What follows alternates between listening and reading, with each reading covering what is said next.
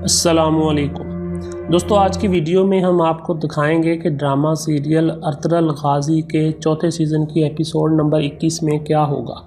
Video की तफसील में जाने से पहले अगर आपने हमारा चैनल सब्सक्राइब नहीं किया तो बराए मेहरबानी चैनल को सब्सक्राइब कर लें ताकि हमारी वीडियोज़ बर वक्त आप तक पहुँचती रहें। दोस्तों, इस किस्त के आगाज़ में हम देखेंगे कि अर्तुगरुल तबीब आरफ और सिपाहियों के हमरा एक जगह गार के पास जाकर रुक जाते हैं। गार में दाखिल होते वक्त अर्तुगरुल उनसे कहते हैं कि एहतियात के साथ जाना, हमें अंदर कोई भी गैर यकीनी सूरत हाल मिल सकती है। इसके बाद अर्तुगरुल तबीब आरफ और कुछ सिपाही गार के अंदर चले जाते हैं। गार के अंदर जाकर पादरी को मरा हुआ देखकर अर्तुगरुल कहते हैं कि मेरे अंदाजे के मुताबिक उन्होंने इसे भी कत्ल कर दिया है। इस दौरान तबीब आरफ को एक कटा हुआ सांप मिलता है, जिसे देखकर वो कहते हैं कि पूरी गार से सिर्फ इस जानवर को मारा गया है। इस पर अर्तुगरुल उनसे कहते हैं कि यकीनन वो जहर इसी जानवर से बनाया गया है। इसके बाद तबीब आरफ उस सांप में जहर मौजूद होने पर उससे तरह के जहर तैयार करते हैं। इस दौरान इस्लाहान और नूरगुल को दिखाया जाता है, जिनकी तबीयत ज़्यादा ख़राब होने पर हाइमा खातून और हलीमा खातून उनको तबीब आरफ का बनाया हुआ शरबत पिलाती हैं और हाइमा खातून नूरगुल से कहती हैं कि बेटा, तुम्हारा भाई अर्तुगरुल इलाज ढूंढने गया है, लिहाजा वो बहुत जल्द इलाज लेकर आ जाएगा और फिर तुम दोनों ठीक हो जाओगे। दूसरी तरफ गार में तरियाक बनाने के बाद तबीब आरफ अर्तुगरुल से कहते हैं कि आप ये जल्द कबीले लेकर जाएं और इनको पिलाएं। मैं यहाँ कुछ देर रुककर अपनी ज़रूरत के पौधे तलाश करता हूँ। इस पर अर्तुगरुल सिपाही बाबर के हमरा वो दवाई लेकर कबीले की तरफ आ जाता है, जबकि तबीब आरफ सिपाही गोनकूत और कुछ दूसरे सिपाहियों के हमरा गार में ही रुक जाते हैं। तबीब आरफ गार में ज़रूरत के पौधे इकट्ठे कर रहे होते हैं कि उन्हें वो जहरीला पौधा मिलता है जिससे बना हुआ जहर हानली बाज़ार की सराय में सुल्तान अलाउद्दीन को दिया गया था। इस पर तबीब आरफ सिपाही गोनकूत से कहते हैं कि हमें अब जल्दी कबीले जाना होगा, जिस पर वो लोग भी गार से वापस कबीले की तरफ चल पड़ते हैं। इसी दौरान सिपाही नूरगुल और इस्लाहान की तबीयत मज़ीद बिगड़ जाती है, जिसे देखकर हाइमा खातून ज़ोर ज़ोर से रोना शुरू कर देती है। इस पर हलीमा खातून हाइमा खातून को तसल्ली देती हैं और फिर इन्हें खैमे से बाहर ले जाती हैं। इसी दौरान काई कबीले का मंजर दिखाया जाता है, जहां पर आरस का जासूस तीतान छुप कर कबीले के पहरेदारों का जायज़ा ले रहा होता है कि इसी दौरान उसके पास गंदूज आकर पूछता है कि सफ़ेद परों वाला घोड़ा कब तक आएगा। जिस पर तीतान उसे बताता है कि बस कुछ दिन बाकी हैं, उसके बाद रात के वक्त वो घोड़ा आएगा और मैं तुम्हें उस पर सवारी के लिए लेकर जाऊँगा। इसी दौरान कबीले की औरत गंदूज को वहाँ से खैमे में भेज देती है। इसके बाद सादतदीन कोपैक को दिखाया जाता है, जहाँ सिपाही गोकटूक उसे आकर बताता है कि जिस पादरी से इस्लाहान और नूरगुल को दिया जाने वाला जहर बनवाया है उसको मैंने कत्ल कर दिया है और अब कुछ वक्त तक इस्लाहान और नूरगुल की मौत की खबर आपको मिल जाएगी। इसके बाद अमीर सादतदीन कोपैक सिपाही गोकटूक से कहते हैं कि अब यहाँ पर हमारा काम ख़त्म हो चुका है और कोनिया में बहुत से अहम काम मेरा इंतज़ार कर रहे हैं, लिहाजा वापसी की तैयारी करो। इसके बाद आप देखेंगे कि अर्तुगरुल तरियाक जहर लेकर चावदार कबीले पहुंच जाता है। इस पर गवर्नर आरस को के कमांडर उनसे पूछते हैं कि क्या आपको गार मिल गई है, जिस पर अर्तुगरुल उसे कहते हैं कि हाँ मिल गई है और आरस से कहना कि मैं इसका ये एहसान ज़िंदगी भर नहीं भूलूँगा। इसके बाद अर्तुगरुल और सिपाही बाबर खैमे में जाकर वो तरियाक नूरगुल और इस्लाहान को पिलाते हैं। इसी दौरान अर्तुगरुल सिपाही बाबर से कहते हैं कि अब हम पर बहुत बड़ी जिम्मेदारी है, हमने सबसे पहले उनसे बदला लेना है जिन्होंने हमारे भाई और इनकी बीवी को जहर दिया है। इसके बाद अर्तुगरुल सिपाही सफदर को खैमे में बुलाकर कहते हैं कि बहादुर साहब को मरकज़ी खैमे में लेकर जाओ, मैं भी वहां आ रहा हूं। इसके बाद नूरगुल और इस्लाहान खातून के पास बैठकर हलीमा खातून हाइमा खातून और हिफ्सा खातून दुआ करती हैं। इसी दौरान इस्लाहान को दोबारा होश आ जाता है, जिस पर वो सब अल्लाह ताला का शुक्र अदा करती हैं।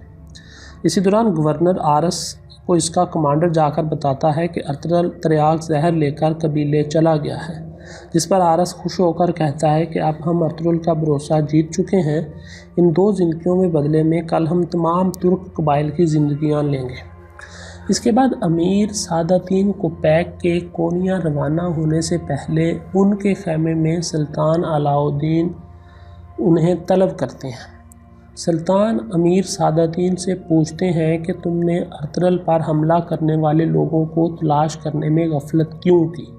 اس پر سعادتین کہتے ہیں کہ شہید ہونے والے سپاہیوں نے گواہی دی تھی کہ وہ ڈاکو تھے۔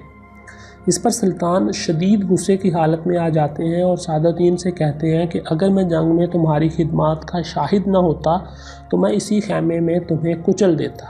اس کے بعد سلطان مزید کہتے ہیں کہ کس قسم کی باتیں کر رہے ہو اور وہ بھی اتنی بے شرمی سے؟ کیا تم نہیں جانتے کہ جنہوں نے مجھے مارنے کی کوشش کی تھی یا ارطغرل پر حملہ کیا وہ ایک ہی سازش کا حصہ ہے؟ اس کے بعد سلطان کہتے ہیں کہ ارطغرل کی غیر موجودگی میں تمہیں ایک فریضہ سونپا تھا جس پر تم نے کچھ بھی نہیں کیا۔ اس کے بعد سلطان علاء الدین سعادتین کی گردن پر اپنی تلوار رکھ کر کہتے ہیں کہ تم نے ترک قبائل کی نظر میں میری ریاست کو ایک غدار کے طور پر پیش کیا ہے۔ اس پر سعادتین کہتے ہیں کہ سلطان مجھے 3 ماہ کا وقت دیں، آپ کو یہ لوگ ڈھونڈ کر دوں گا میں۔ اس پر سلطان اسے ایک آخری موقع دے کر اپنے خیمے سے باہر جانے کا حکم دیتے ہیں۔ اس کے بعد پھر سے چاودار قبیلے کا منظر دکھایا جاتا ہے جہاں ارطغرل بہادر صاحب سے پوچھ گچھ کر رہے ہوتے ہیں۔ اس پر بہادر صاحب ارطغرل سے کہتے ہیں کہ آپ میرے ساتھ کھیل کھیل رہے ہیں، لہٰذا جو آپ کے دل میں آتا ہے وہ کر لیں۔ اس پر ارطغرل کہتے ہیں کہ میں پہلے تم سے یہ اقرار کرواؤں گا کہ اسماء کو زہر تم نے دلوایا تھا۔ جس پر بہادر صاحب کہتے ہیں کہ میں نے کچھ بھی نہیں کیا۔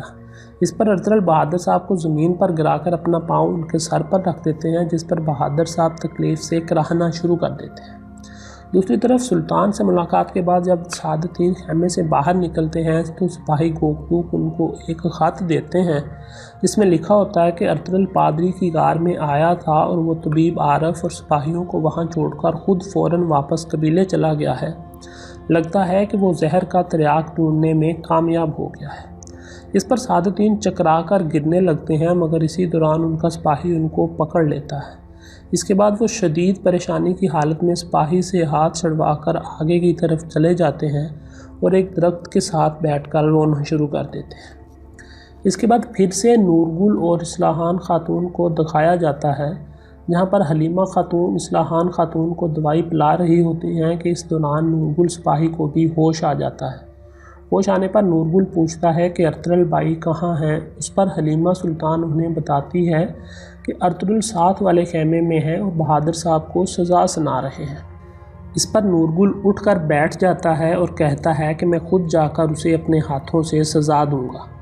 اس پر حائمہ خاتون اسے روکتی ہیں کہ بیٹا ابھی تمہاری طبیعت ٹھیک نہیں ہے۔ نورگل سپاہی وہاں سے اٹھ کر ساتھ والے خیمے میں آ جاتا ہے جہاں ارطغرل اور اس کے سپاہی بہادر صاحب سے پوچھ گچھ کر رہے ہوتے ہیں۔ نورگل وہاں آ کر کہتے ہیں کہ سب کچھ اس ظالم بہادر نے کیا ہے۔ اس پر ارطغرل اسے اپنے گلے لگا لیتے ہیں اور کہتے ہیں کہ میرے شیر فکر نہ کرو، یہ سزا اس کو ضرور ملے گی۔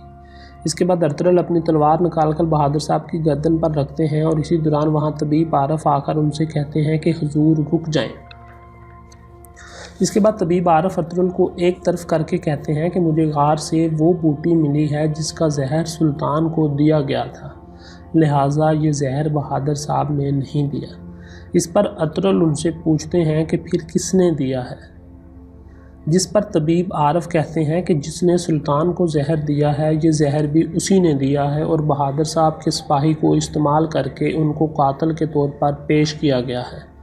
اس پر ارطغرل کہتے ہیں کہ یہ کام امیر سعادتین کو پیک ہی کر سکتے ہیں اور یوں اس قسط کا اختتام ہو جاتا ہے۔ دوستو اگر ویڈیو اچھی لگے تو اسے لائک کر دیں اور ساتھ میں ہمارے چینل کو لازمی سبسکرائب کر لیں۔ ملتے ہیں اگلی ویڈیو میں، اس وقت تک کے لیے اللہ حافظ۔